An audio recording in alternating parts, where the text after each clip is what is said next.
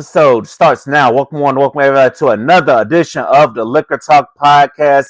Ladies and gentlemen, we are in the home stretch of season 7, ladies and gentlemen. We are nearly done with it. One more episode after this, but this is the men's round session. The other guys that popping on as well, so shout out to them. But shout out to the one that is here on time. Shout out to Mr. Ringold holding it down in New Jersey, host of the We Need to Talk 23 podcast. How you doing, my brother? It's been a long time. I'm doing good, doing good. Thank you so much for helping me reintroduce myself to the people. I definitely appreciate this invite.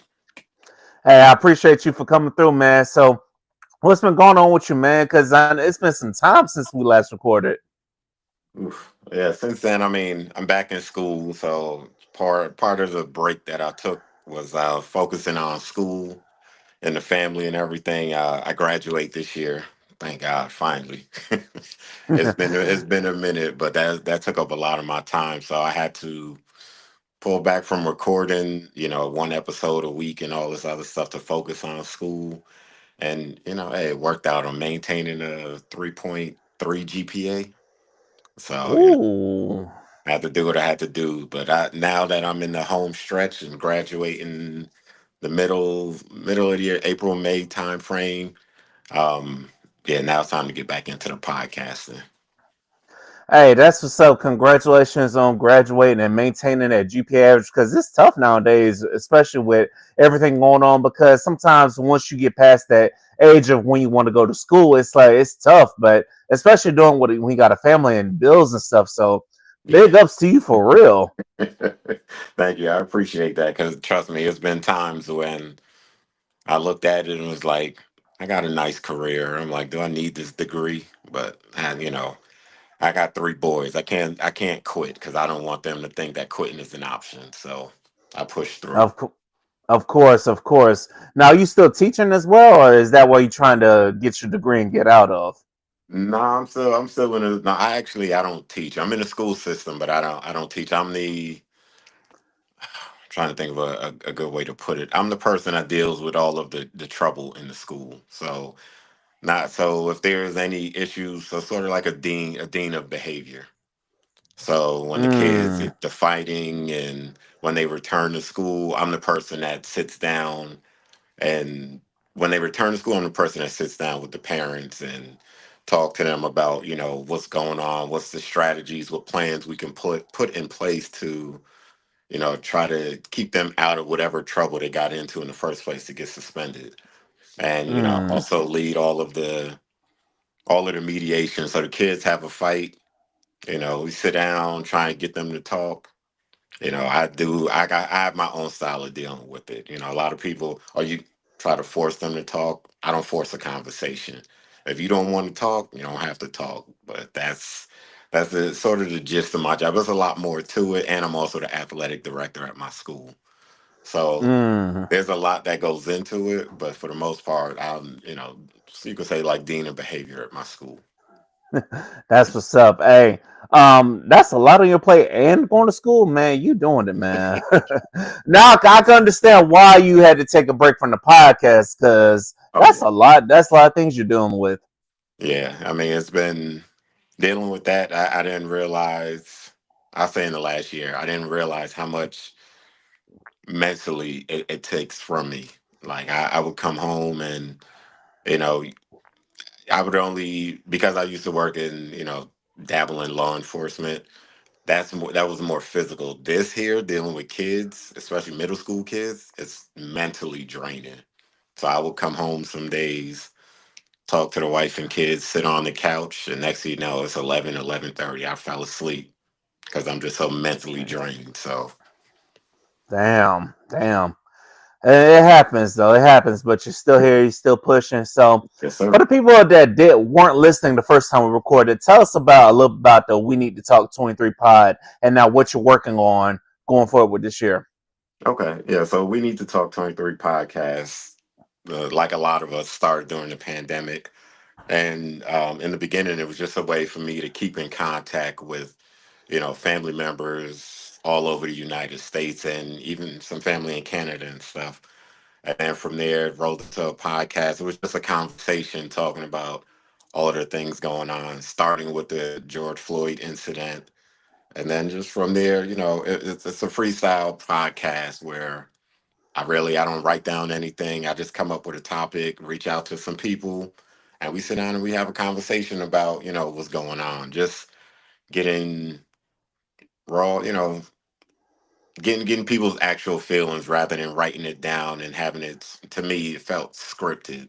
So I didn't want it to be scripted. I wanted to get people's actual feelings on certain situations and stuff. So that's what I did with the We Need to Talk 23 podcast. And like, yourself and a couple other people, connected with a lot of good people doing the podcast. Um, so something else that I'm working on now, and like I told you prior to coming on, I have another podcast called the Robbed Podcast that I'll be rolling out in February. It is more along the lines of true crime, but I'm taking, how can I describe it? I'm going to put a spin on it. So instead of me just sitting here, there will be a couple solo episodes, but instead of me just sitting here doing the solo episodes, I'm going to invite a guest on. I'm going to run through, um, what that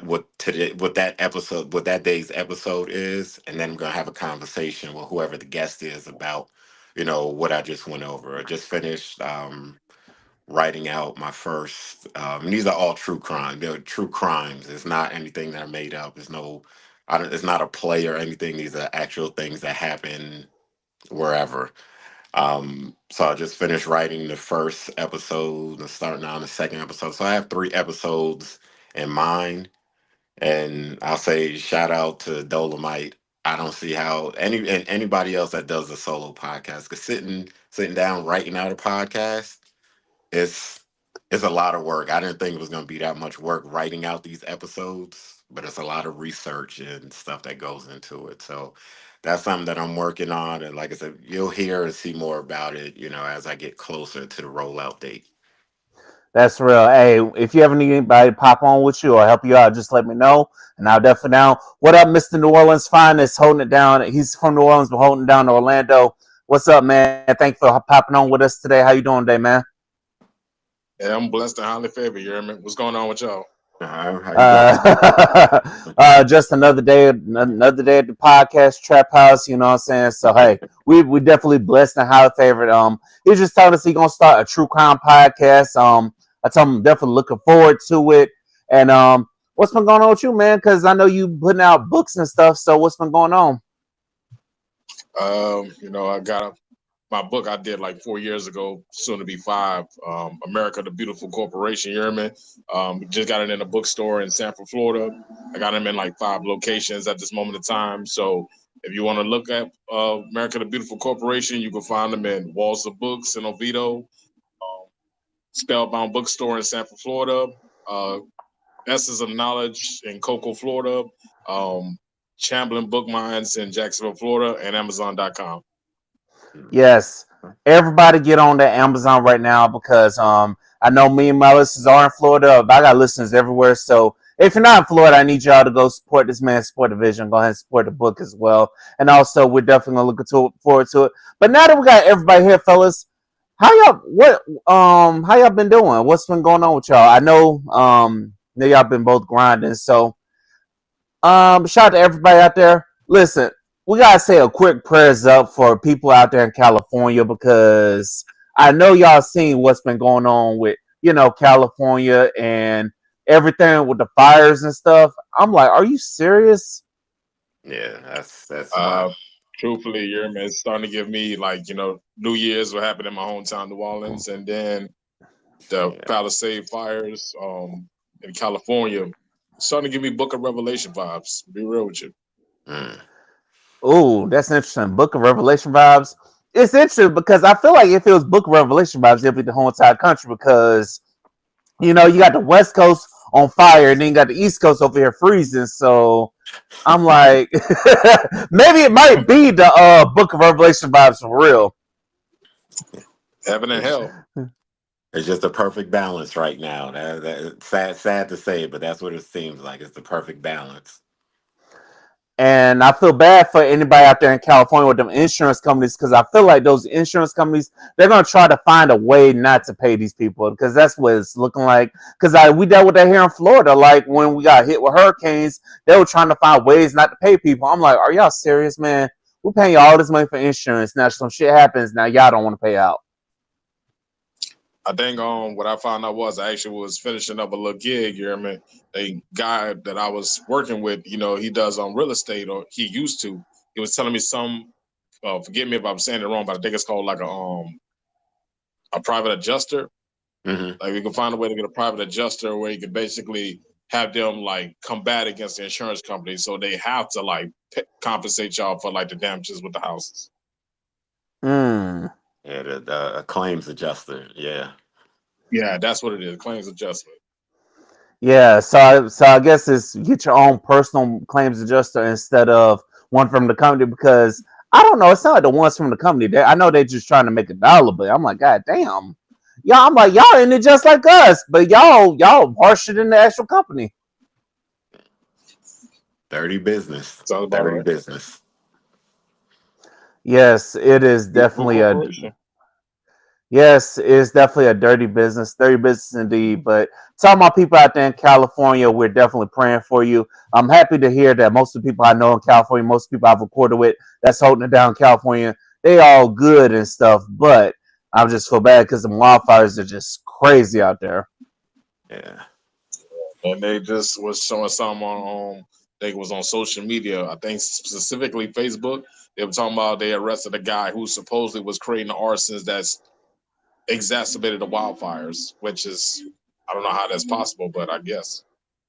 Yeah, I saw that. It looked like a young black guy walking around, and they tackled him and held him till the police got there. So I definitely want to look more into that and see what that's about. Yeah, because I want to know too, because I don't know if it sound like it's something that they just trying to cover up and call him the fall guy, or is he actually out here starting these fires? Because something tells me it feels like they might be trying to pin this on him as the fall guy, as the culprit. I'm like, but if you look at Los Angeles culture, Southern California barely rains, so I don't see how you can pin it on one person. They're But gonna it's try. also crazy if you follow California, it's like really rough out there. Way before the wildfires, like if you ever heard something called Skid Row, like it's real. Mm-hmm. Yeah, man, I've seen Skid Row. I was like, wow. LA, it kind of reminded me like Miami, like because you can keep riding, right, and have one nice part, but you stay on that same street, you'll hit the Skid Row, you hit this first 48, and I'm like, wow. And it was like I just couldn't imagine being out there. I'm just like, that's why I sound blessed where I'm at, because it's like I couldn't imagine, being out there on that Skid Row, especially when it's about to be burning down like that. Not to mention, I mean, cost of living out there is ridiculous. Yeah, I don't see it. I don't see it. Pay all that money to live out there, and I guess you're paying for the ambiance. You're not paying for nothing else because this with that, like you said, that cost of living, and I give it up to you people in Florida as well. My mother lives in Florida with all the hurricanes and everything. I don't see how y'all do it every year. I really don't. Yeah, we made the best of it. That's why we have to go and travel and stuff, because we try to, make the best of it, and we don't live on the actual coast. We live in inland. We don't live on the beaches and stuff, because the beach areas, that's gonna be your first line that gets hit and stuff. So, but if we're inland, we should be okay.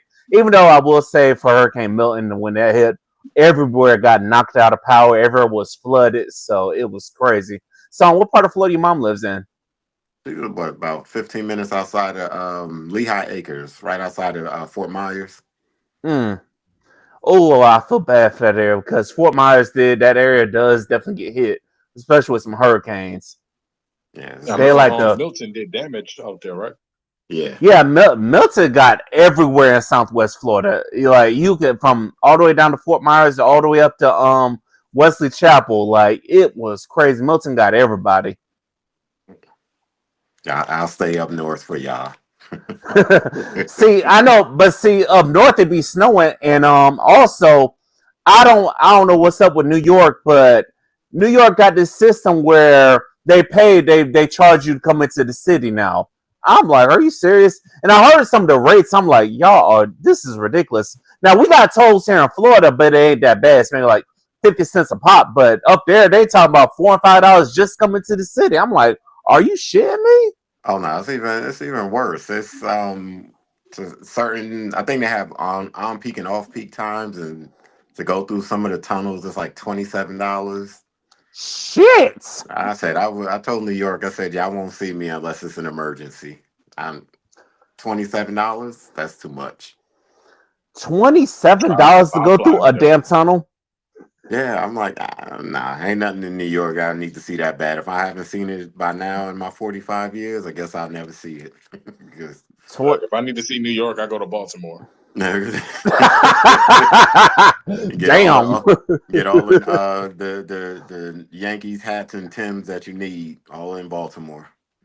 Yeah, you could definitely get that in Baltimore. You could definitely get online, but to the person that to the people got me coming to tell me to come to New York.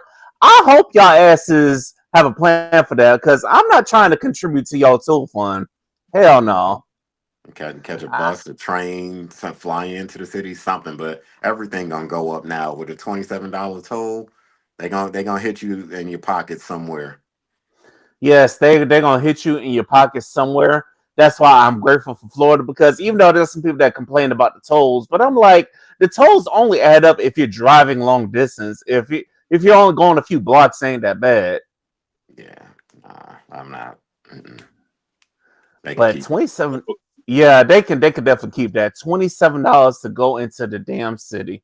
That is ridiculous. New York, y'all have got to be ashamed of yourselves. Y'all gonna charge people $27, but what if you got to work and stuff, and you got these jobs demanding people come back into the office because they don't like to work from home? I'm like, it's ridiculous. I mean, one of the good things I think about New York, though, is similar to DC. Because now I'm in Maryland. I left up north, but so now I'm in Maryland.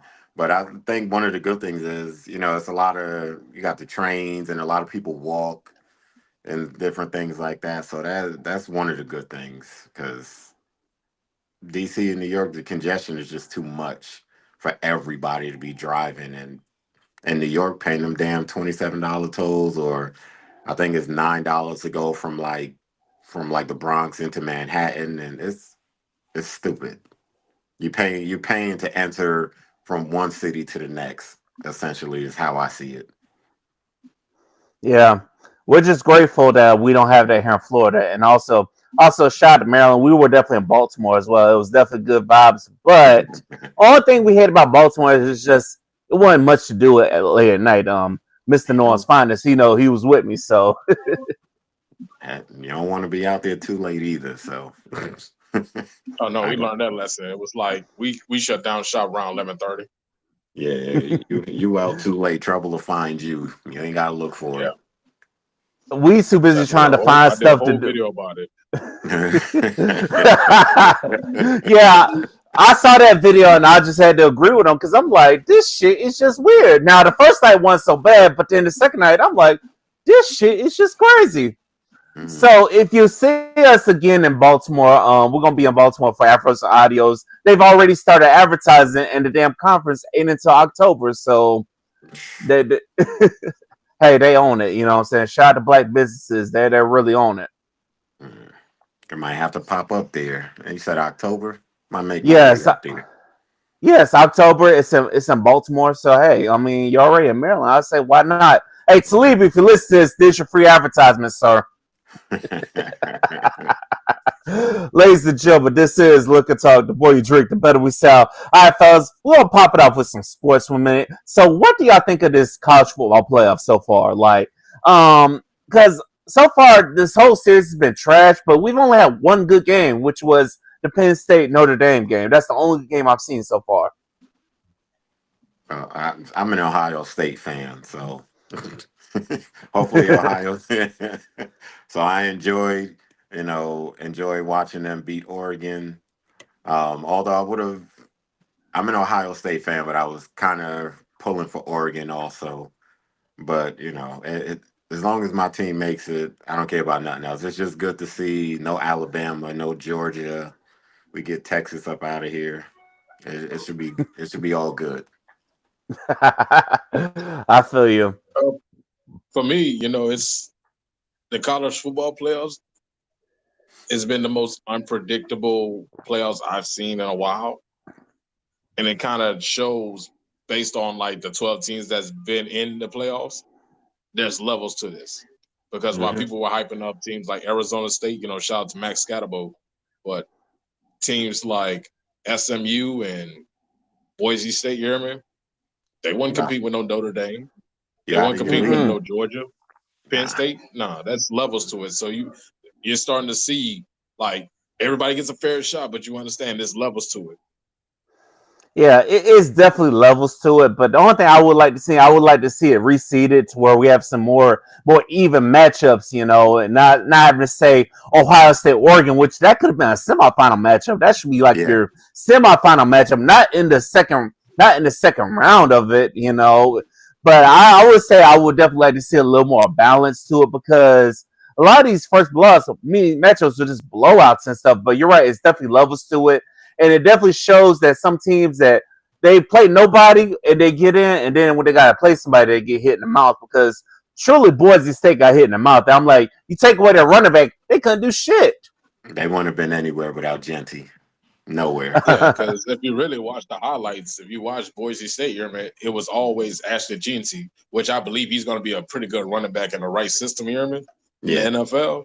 But once you take him out the game plan, what else did you know about Boise State? You don't know who their offensive line is. You don't know who is on defense. You didn't know who their wide receivers was. You didn't even know who the quarterback was. that's what I was about to say. Nobody can tell us unless you're a Boise State fan. No one can tell us who the Boise State's quarterback is.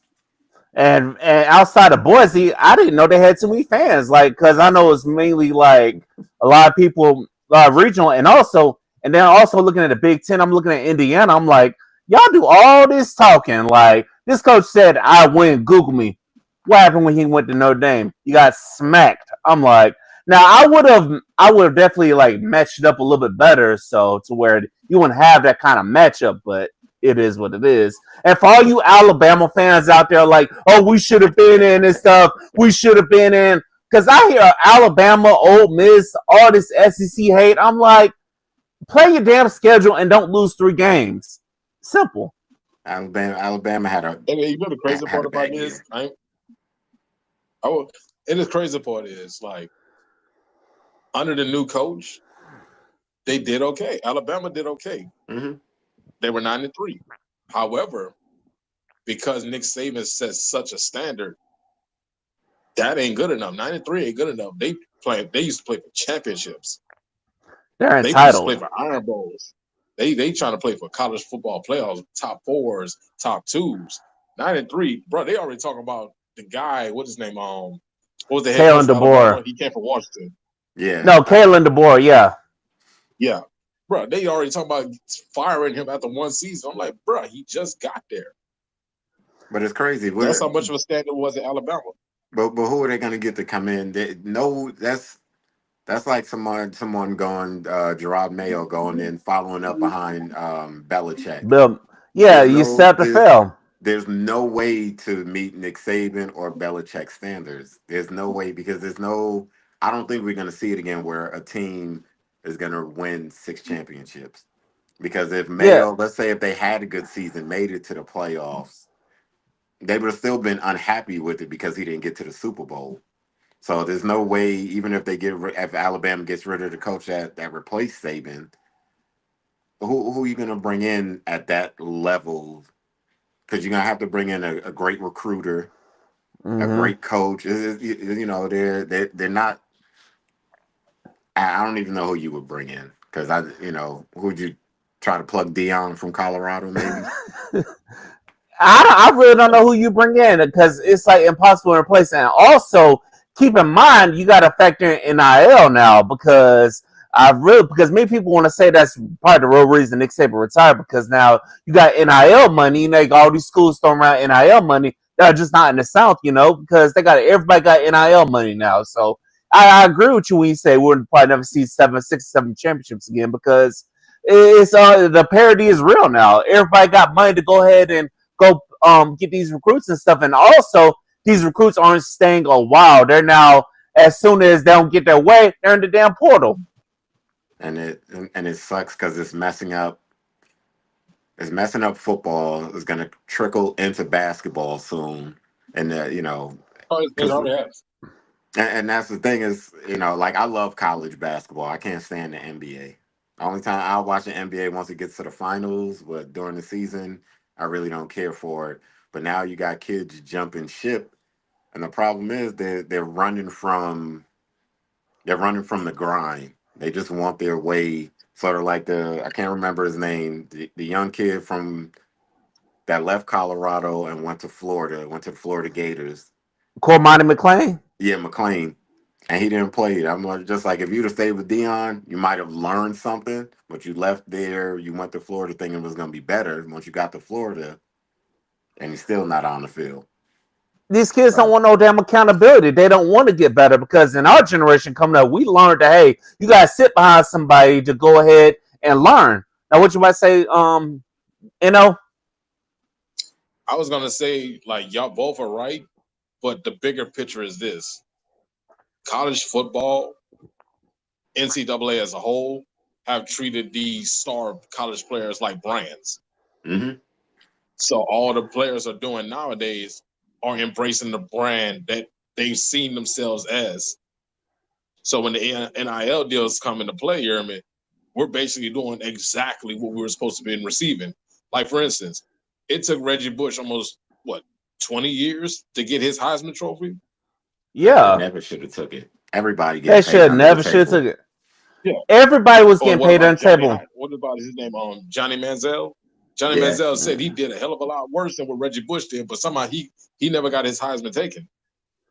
Mm-hmm. Well, we know what that is, but yeah, exactly. We exactly know what that is. So we all know what that is. Everybody listening to this right now knows that reason. So, but yeah, I'm happy Reggie got Heisman, but to take it way back further, SMU got the damn death penalty for about $61,000. I'm like, these kids are getting that and they sleep. And the thing about it is, it's all about the brand awareness. They treat these players. The players are embracing the brand. So that's what it's all about. We're living in an era where everybody wants to make a name at the expense of somebody. And now in college football, because it's an even playing field where I can pay for your services, there's really no rapport. Like when you have like Colorado, when they started out, when Dion got there, it was only like 2 seasons. Look at the progress he made from year 1 to year 2. Mm-hmm. Mm-hmm. He built that roster up from jump. He used the NIL. He had rapport with the young players. He was relatable, and he was successful in college and in the NFL. There's not a lot of coaches like that nowadays because everybody's so focused on trying to win now instead of building something from jump. Like build it organically. Everybody wants to have like the microwave. They don't want to do the crock pot work. Go ahead. I'm sorry. No, I was gonna say I like what Dion did too. You go to NFL, then he went to high school to coach his kids, the HBCU route, and then you go to the majors. So I mean, he's proven himself at every level, and that's what these kids have to understand. They think once they get that 3, 4, and 5 stars coming out of high school, they think they automatically made it. Like I'm it. Like I'm supposed to be starting ahead of this person, not knowing that the work and the grind that you got to put in to get to that level and stay at that level it's a lot. But they, like you said, this money. I'm glad they're getting paid. Don't get me wrong, but the amount of money that they're getting paid is crazy. And they haven't done anything. No national championships. None of them. All these players getting paid $10 to $12 million, not one Heisman. Nothing, and you might be a bust. For real, and it's like I'm happy for them getting paid because they should have been got paid after all the money that these universities and these coaches be making off their backs. I'm happy they're getting paid, but they should be like the NFL and have it like incentive based and stuff. Like hit these quotas, then get the money, not give you all the money up front. And then also some people are asking for services, asking for cars. I'm like, no, we're not gonna give your young ass a car. You gotta earn this car. You gotta earn this shit. You gotta find a way to balance it. So I don't know where this is gonna go, but it's gonna be interesting to see. But shifting gears, like to the NFL, like why the hell is it that black coaches they don't get as long? They get thrown in these situations where they're given nothing, and it's like they're given so long they don't get as long as your white counterparts, and also like whether it's a coach or a GM, because I saw the Titans fire their GM. I'm like, bruh, that man only been there for like maybe a season or two, and then you see two black head coaches got fired, but they basically had a shitty roster. So, fellas, what y'all thinking here? Like, and I feel bad for my black head coaches because I'm like, how am I supposed to build when you're not giving me nothing to build with? Uh, I can say for me, it's easy to use the racial undertone to talk about, the firings and the shortcomings. But in actuality, it just shows how incompetent these front offices really are. That's why I can't Hello. stand the NBA. yeah. These front offices are awful. Like you talked about with the Titans GM, you heard me? 2 seasons. And the season before that, they fired the head coach Mike Vrabel, who knew Which that is stupid. there was a bunch of Yeah. incompetence and lack of structure there. Like you let your best player walk, but you overpaid Ryan Tannehill. Now you don't have neither of them. Mm-hmm. Yeah. It's so, And then and you then ended some. up drafting a guy that you thought was going to be like Michael Vick, and then you realize he ain't Michael Vick because you haven't developed him to be like Michael Vick. Now he's over there in Green Bay Mm-hmm. doing his thing as a backup. Having success as a backup. Yeah. Everybody's not a starter. Yeah, exactly. He out here balling. Now, actually, with quarterbacks, you feel like you get time to learn and stuff. So maybe he needs to just sit behind Love up there in Green Bay, just sit there and learn for a little while, for a few seasons, and then he'll be ready to start. So, but I definitely agree with you. It's crazy out here. What you think, man?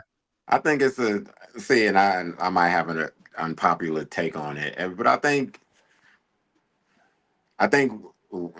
the black coaches and GMs, to a certain extent, we're gonna have to start saying no, because Gerard Mayo, for example, you put him in a shitty situation.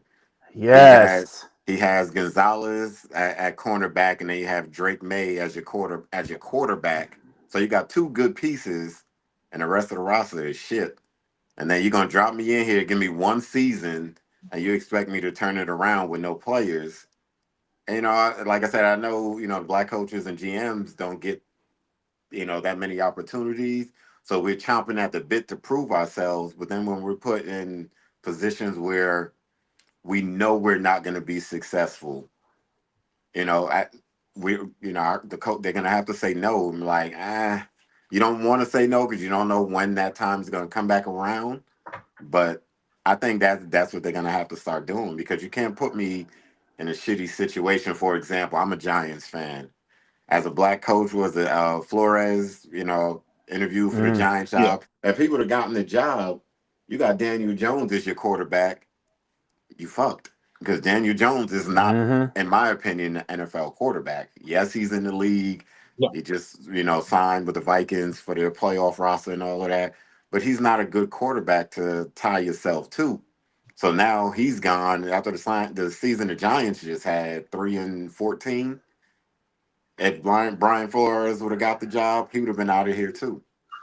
And this shows the white privilege right there. Like they're 3-14. Like, how is the coach and GM not gone? Like, also in Jacksonville, look at Jacksonville. Like, how you fired a coach, but how is the GM not gone? Like, y'all not making sense of this. And also, I agree. Actually, I agree with your unpopular opinion that some black coaches we need to say no to shitty situations, especially if we're in a winning situation. Because Aaron Glenn, the defense coordinator for Detroit, getting interviews and stuff. So it's like he getting all these interviews lined up. So I hope he chooses the right situation that's going to give him time to develop, because Detroit gave Dan Campbell the right to time to develop, and then they hired a stellar GM, Brad Holmes, who's an HBCU alum, so they gave them time to develop. So we got to find the right situation with the right owner to understand that this shit ain't no damn microwave. You got to grind this shit out. You got to put these pieces together. At least three. I say at And least 3 to 5 years, at least. I said minimal. I said I add on to both of your points. So when it comes to Gerard Mayo, the reason he got the head coaching job was because Bill Belichick appointed him in Hmm. his contract that Gerard Mayo be the next head coach. he ended up getting fired because technically the Patriots had the number 1 overall pick. Mm-hmm. He won the last game of the season, even though it really don't matter. Because I'm like, let's be honest, like either you're gonna get Travis Hunter or you're gonna get like Will Campbell. You're still gonna have to rebuild that roster. Yeah. So whatever you do here, man, at some point in time, you got to develop that properly. Mm-hmm. Yeah. Or let's say he could have got the number 1 pick and just trade the number 1 pick and get other picks to really get more picks to build out your roster because you ain't got shit on that damn roster. Just like Aaron Glenn when you brought up Aaron Glenn. I hope Aaron Glenn doesn't go to the Raiders because the Raiders, if he does go to the Raiders, I hope he waits until he see what they do in the draft. If they're going to trade up to try and get a quarterback, because the Raiders, they don't have anything either. They don't have a quarterback, running back, and then their receivers. Mm-hmm. And also, they need to figure out the right GM. But yeah, outside of Brock, Brock Bowers or whatever. Brock Bowers. He's gonna be a stud. Brock Bowers but gonna be the best tight end in the game for the next 2 or 3 years. Yeah, but they're gonna have to get him a quarterback. So let's say if Aaron Glenn does take that job, hopefully, but they're what, number 8 or number 9 now. So they're gonna have to mortgage the farm. Yeah, okay, they're gonna have to mortgage the farm in order to move up to either 1, 2, or 3. Mm-hmm. But I know my Saints here, man, we at 10. So I already said, like, my Saints, either we're going for Joe Brady, Ben Johnson, or Aaron Glenn. Anybody else, I'm not even interested. I ain't even going to entertain nobody else if the Saints don't get neither of those 3 as head coaches. For real. And I will say this to the coaches out there. If they pick the right coach, they need to pick somebody like, say, Aaron Glenn. He need to pick the right offensive coordinator. They need to have that lined up because that's going to be the key right there. Like, how you think Todd Bowles been doing so good in Tampa? Like, because he's a defensive minded. He been hitting home runs with his offensive coordinators and stuff. Now, I hope the current offensive coordinator stay put. I hope he don't leave and go to Jacksonville because I saw that. I'm like, why the hell would you want to go to Jacksonville? They're dysfunctional, you know. So, but fellas, who y'all think gonna win the Super Bowl?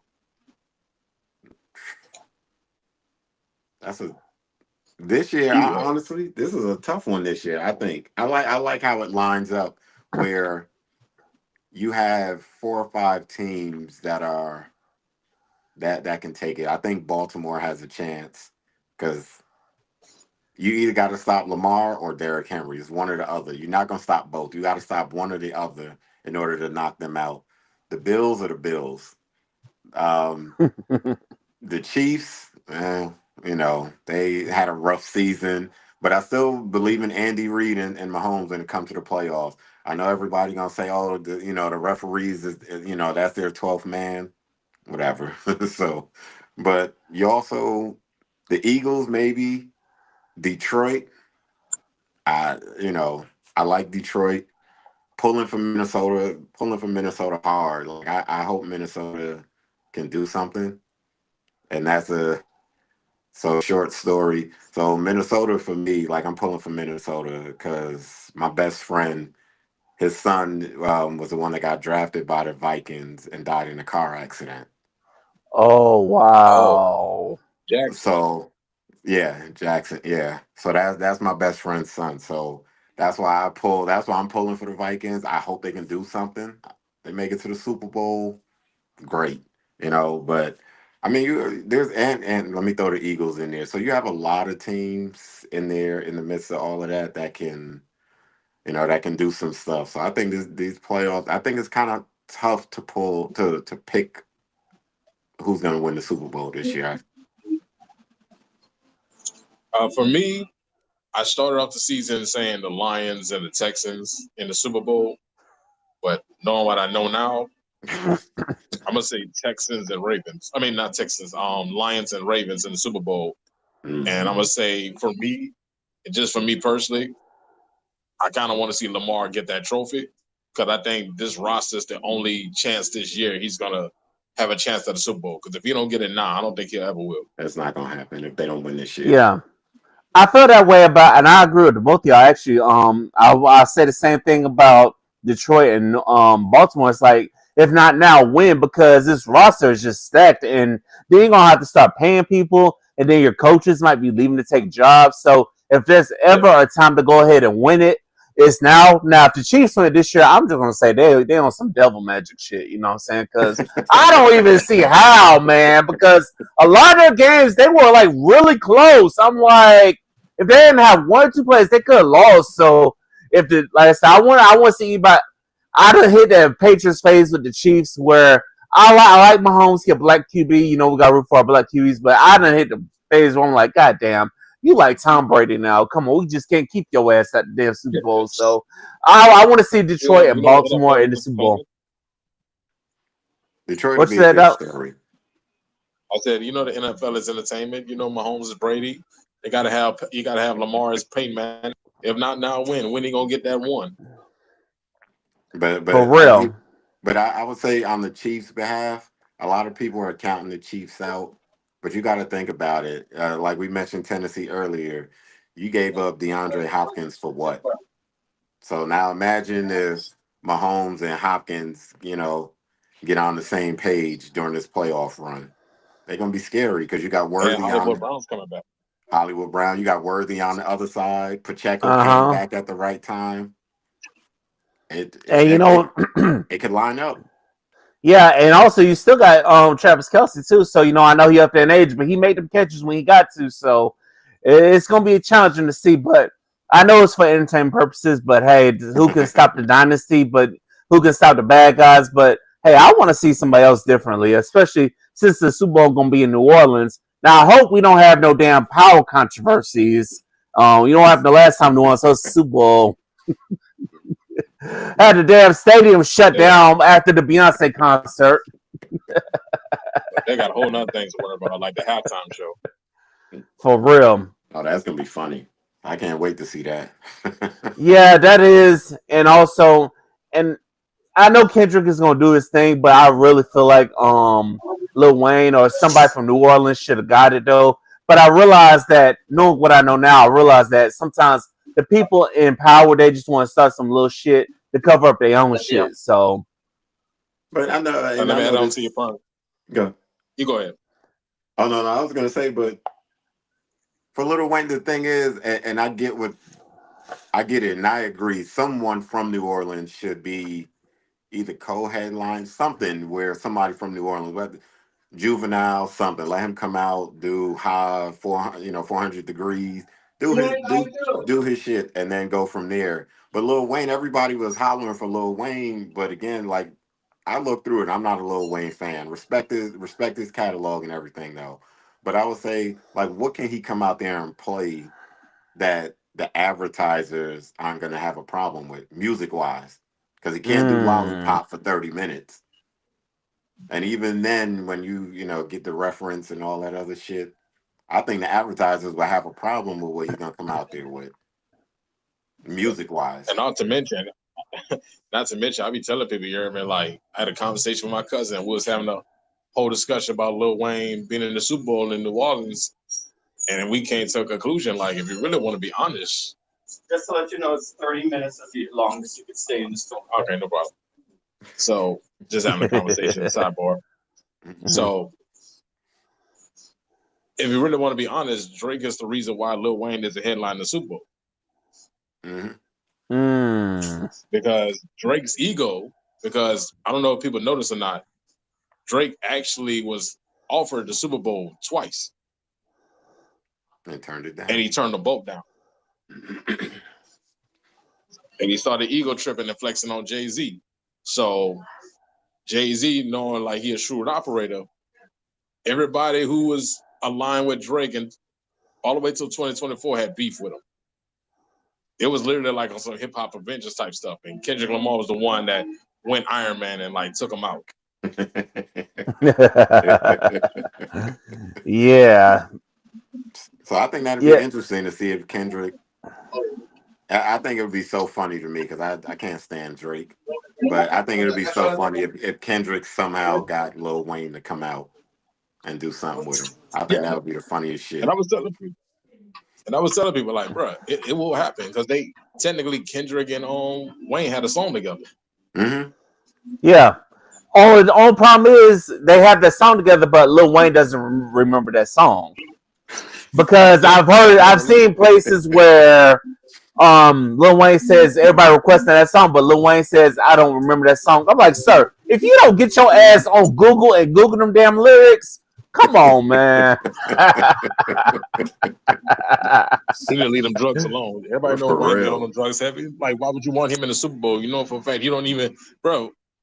When he was at a Louisiana Fest, he sounded awful.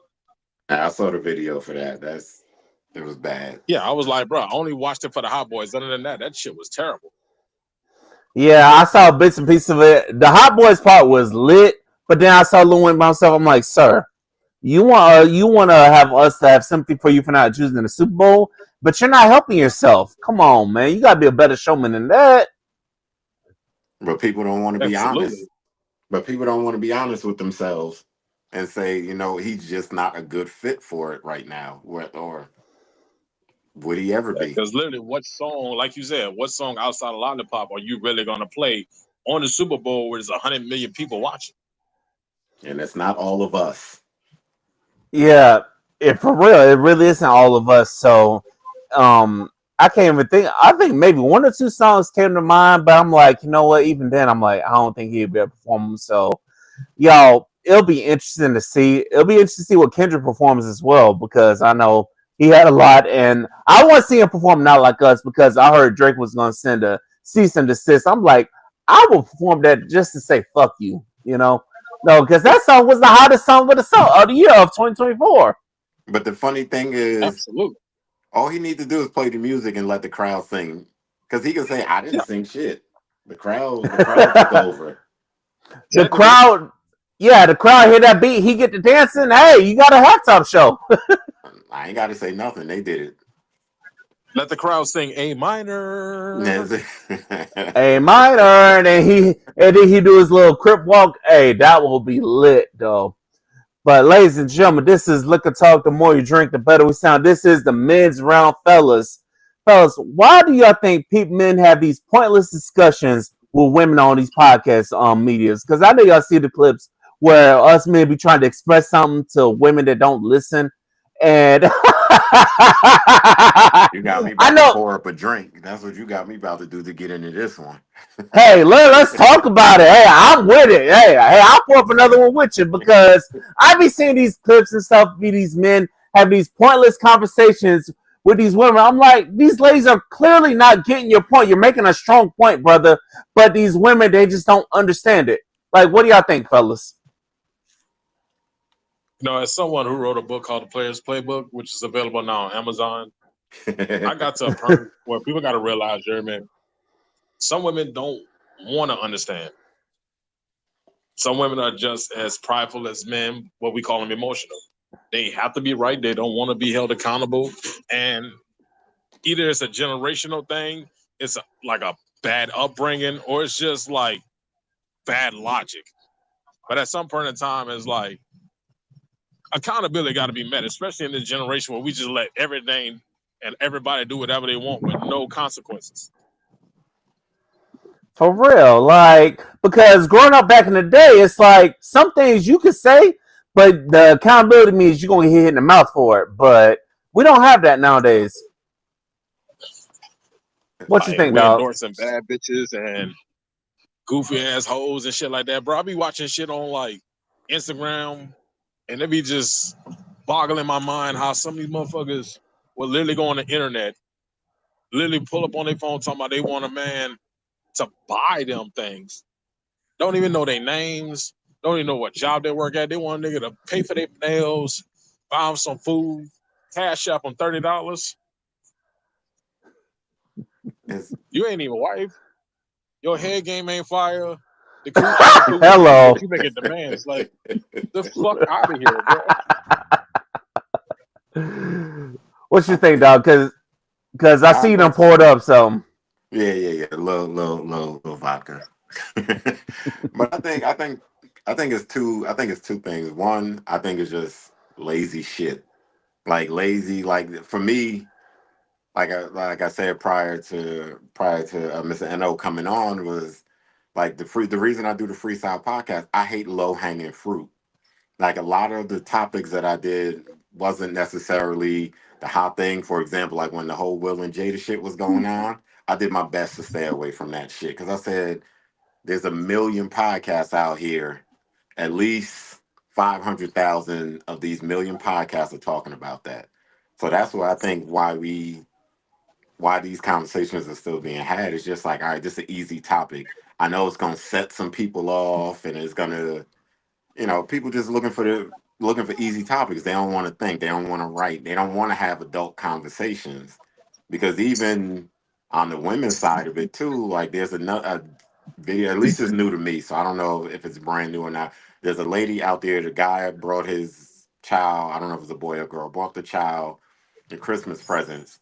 The lady, first thing she did, she arguing with him. She picked up her phone. She's recording him, and she's mad at him. He has one child with her, if I'm not mistaken, and but she has 5 kids. She's mad at him that he brought his child a gift and said, "Why didn't you bring my kids a gift?" Everything is just about striking a chord because then of course I go straight to the comments. And you looking at the comments, oh, he wrong. Why is he wrong? I have one child with you. Them other 4 kids, one, we not together. So why am I getting gifts for your kids and we're not together? I'm taking care of mine.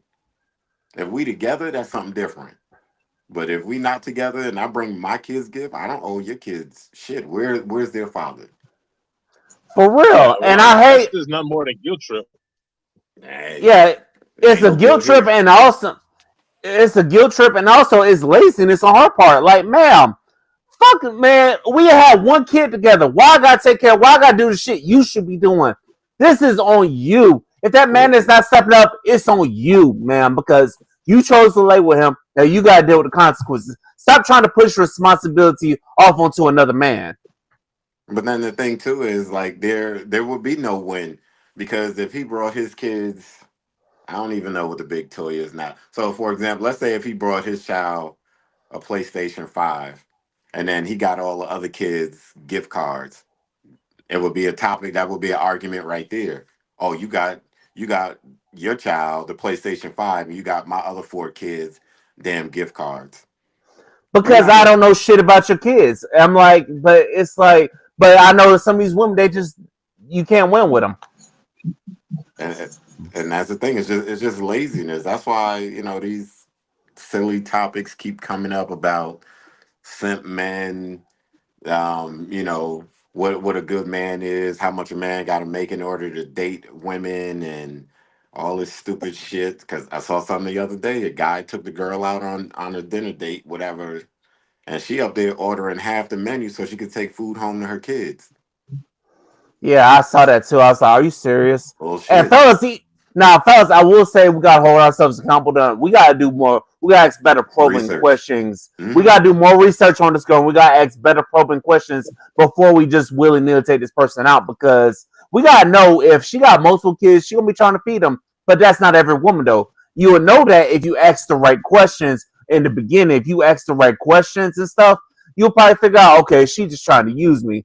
But then, because there's some women, because I've been out with a few with multiple kids, they have never once asked for, hey, feed my child. They've never asked that. So I really feel like you need to do your homework on the woman before taking them out. I know Mr. Eno wrote the Players Playbook. He probably discussed some of those things in the Players Playbook. So go ahead, Eno. No, I was just gonna say you got to make better choices, men and women. That's where it Hmm. boils down to. It's too much entitlement, too many folks trying to finesse one another, and when you get exposed, you try to play the hypocrisy card. Well, you let someone do this, you let someone do that. No, nigga, you got caught. Just say my bad, or hey, it didn't go the way it's planned. Simple as that. It's not really hard to process. Like we live in a generation that's so crazy. Like we allow buku entitlement that it's really fucking up people's logic. Like old boy Ringold, he made the example about, he bought it. If let's say for instance he bought his son a P5 and the other kids or his brothers or sisters gift cards. Now, first of all, that little boy coming with me with the P5 because they already bought my son's P5 because we I already know know that's right. how many trying to get turns. I know that's right. Yeah, I know that's right.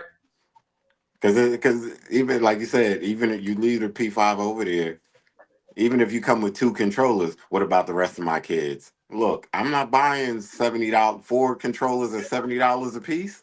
Nah, we Nah, we're not doing that. We good. They either gonna wait till my son finish, or they gonna take turns. It's one or the other. But I'm not buying 4 controllers for all of your kids to sit there and play, with his gift.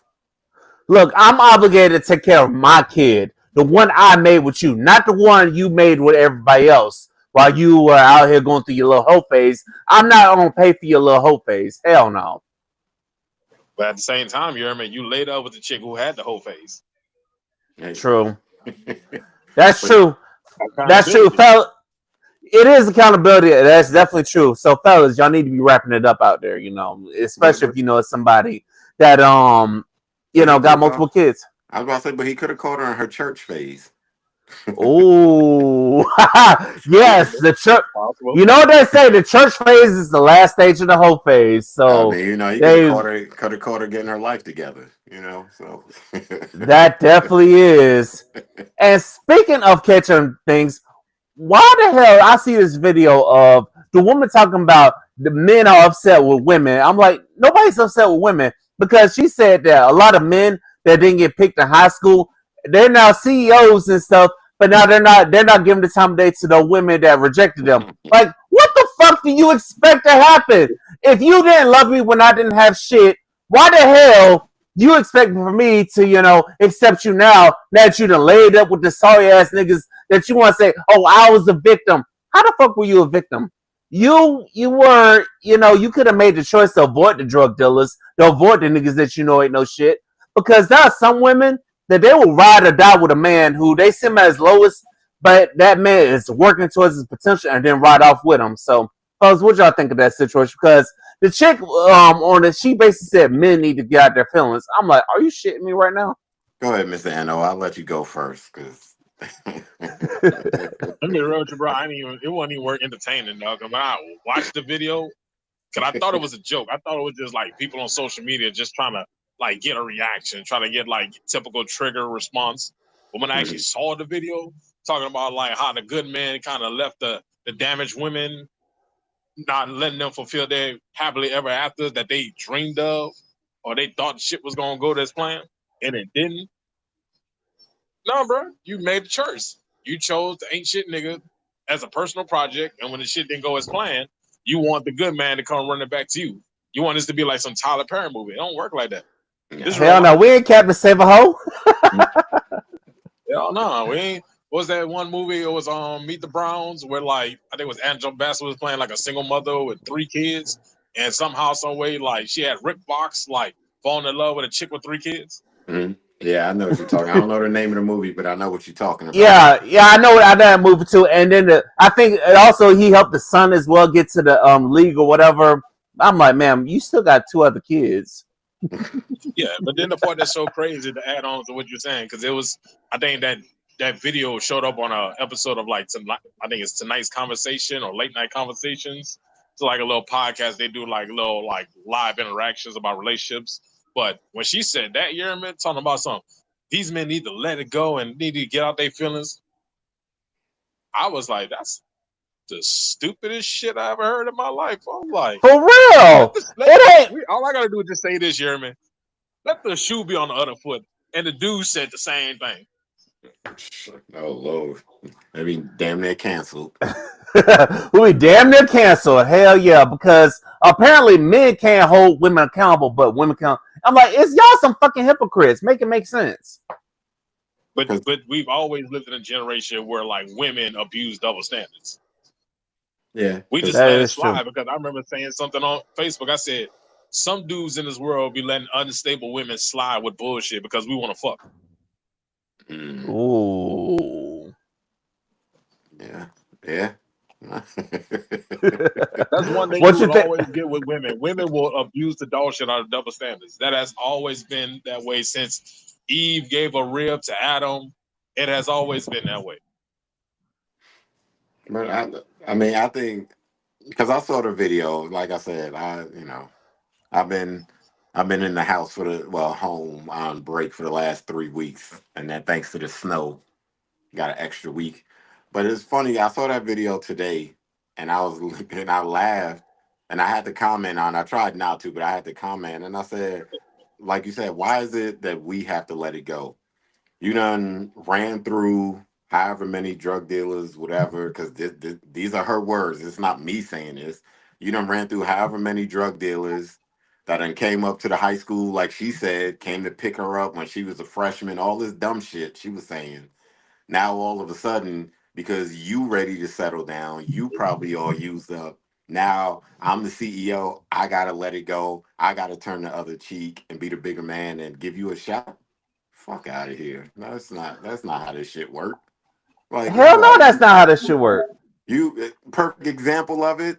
And like I said, this is, I think this is within this vein is like the Travis Hunter situation with his girl.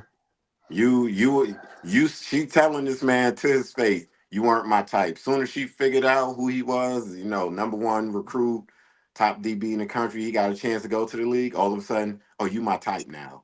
What kind of shit is that? Yeah, and he's so dumb not to see it. That's why it's like everybody want him to leave. I'm like, he gotta find out on his own that she ain't shit. That's kind of how I feel about it. I'm like, because we all have that thing where everybody will tell us to leave a person, but then this person either turns it around, or sometimes we gotta find out for ourselves that they ain't shit. So you just gotta find out for yourself with him.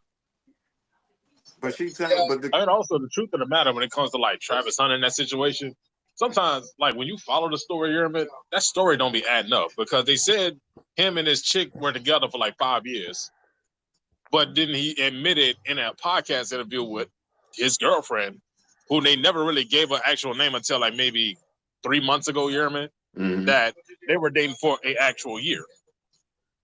So he might have been Mm. chasing for 5 years and got her within the last, and year number 6 he actually got her, and they've been together that long. Because I don't see it. And then, like I said, me being a father of 3 sons, I tell my sons, this is who you don't want to be.